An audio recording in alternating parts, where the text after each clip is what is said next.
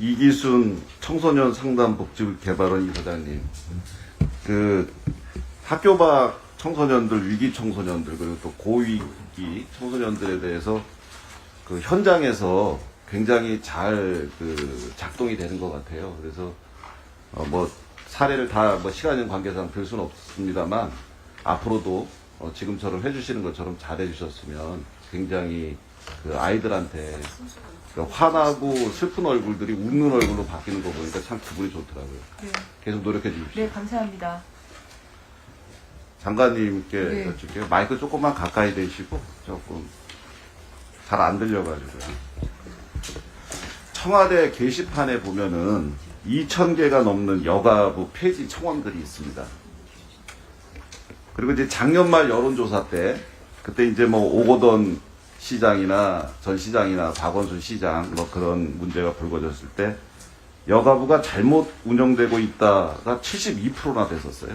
국민 여론이.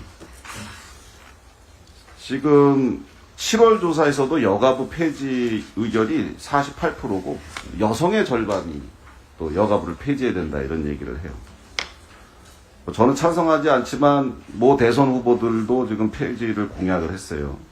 이런 이유가 뭐라고 생각하십니까? 여러 번 말씀드린 것처럼 지난해 여러 가지 정치적인 사건들과 관련해서 여가부가 적절하게 대응하지 못한 부분들도 예. 영향을 줬다고 생각합니다. 정답을 알고 계시네요. 여가부가 적절한 대처를 못하고 계시는 거예요. 지금 좀 전에 우리 양금희 의원님께서 그 박원순 시장 변호인에 대한 그 발언, 페이스북에 올린 발언이 2차 가해냐라고 물었을 때 장관님께서 2차 가해다라고 말씀을 하셨습니다. 근데 그런 것들을 그때그때 선제적으로 여가부가 대처를 해 주신다면, 그런다면은 여가부를 왜 폐지하라는 얘기가 나오겠어요. 이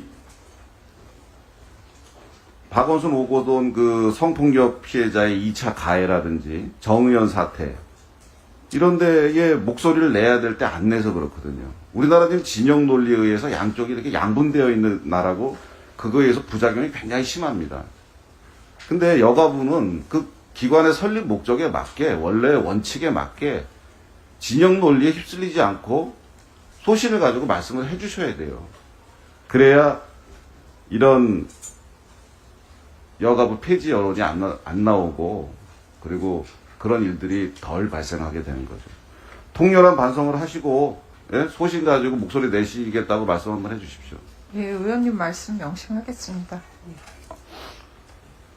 우리 장관님은 항상 수긍하는 자세로 말씀을 하셔가지고 근데 잘못한 다음번에 거는 만나뵈면 또 그게 개선은 좀 잘 안 돼 있고 그래서 이게 장관님들이 국회의원만 없으면 진짜 살만하다고 국회 와서 그냥 하루 그냥 혼나고 가고 이런 게 중요한 게 아니고 그렇지 정말 않습니다. 예, 예. 가셔서 직원들하고 같이 한번 심기일전 하셔갖고 목소리 내주시기 바래요.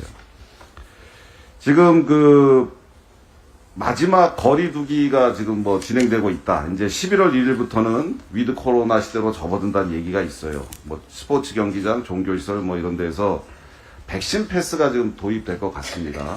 백신을 맞은 사람들에 한해서 입장을 시키는. 그럼 지금 청소년하고 임산부는 아직까지 뭐 접종이 지금 가장 늦게 되고 있는 상황이잖아요. 그리고 청소년과 임산부는 백신을 맞는 것도 좀 두려워하는 경향이 좀 있죠. 다른 그 세대에 비해서. 그러면 자연스럽게 스포츠 경기 관람, 종교시설, 뭐 여러 가지 시설, 도서관이나 이런 데에 배제될 확률이 있거든요. 가능성이 있잖아요. 늦게 백신 패스가 없으니까 그런 데 못 간단 말이에요. 그럼 임산부나 청소년들은 이 차별이나 소외가 발생이 되는 거예요. 이거에 대해서 지금 여가부가 어떤 문제 제기를 하고 있고 어떤 의견을 내고 계시죠?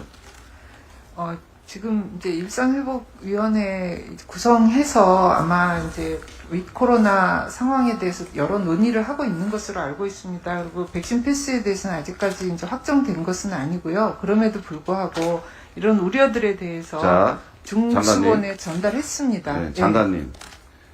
지금 그 사회관계 부처들이 다 참여하는 일상회복지원위원회에 여가부가 참여가 안 되어 있어요. 다 참여하지는 않습니다. 다 참여하지 네. 않지만 여가부는 제가 보기엔 돼야 되는데 안 됐다는 말씀을 드리는 거예요.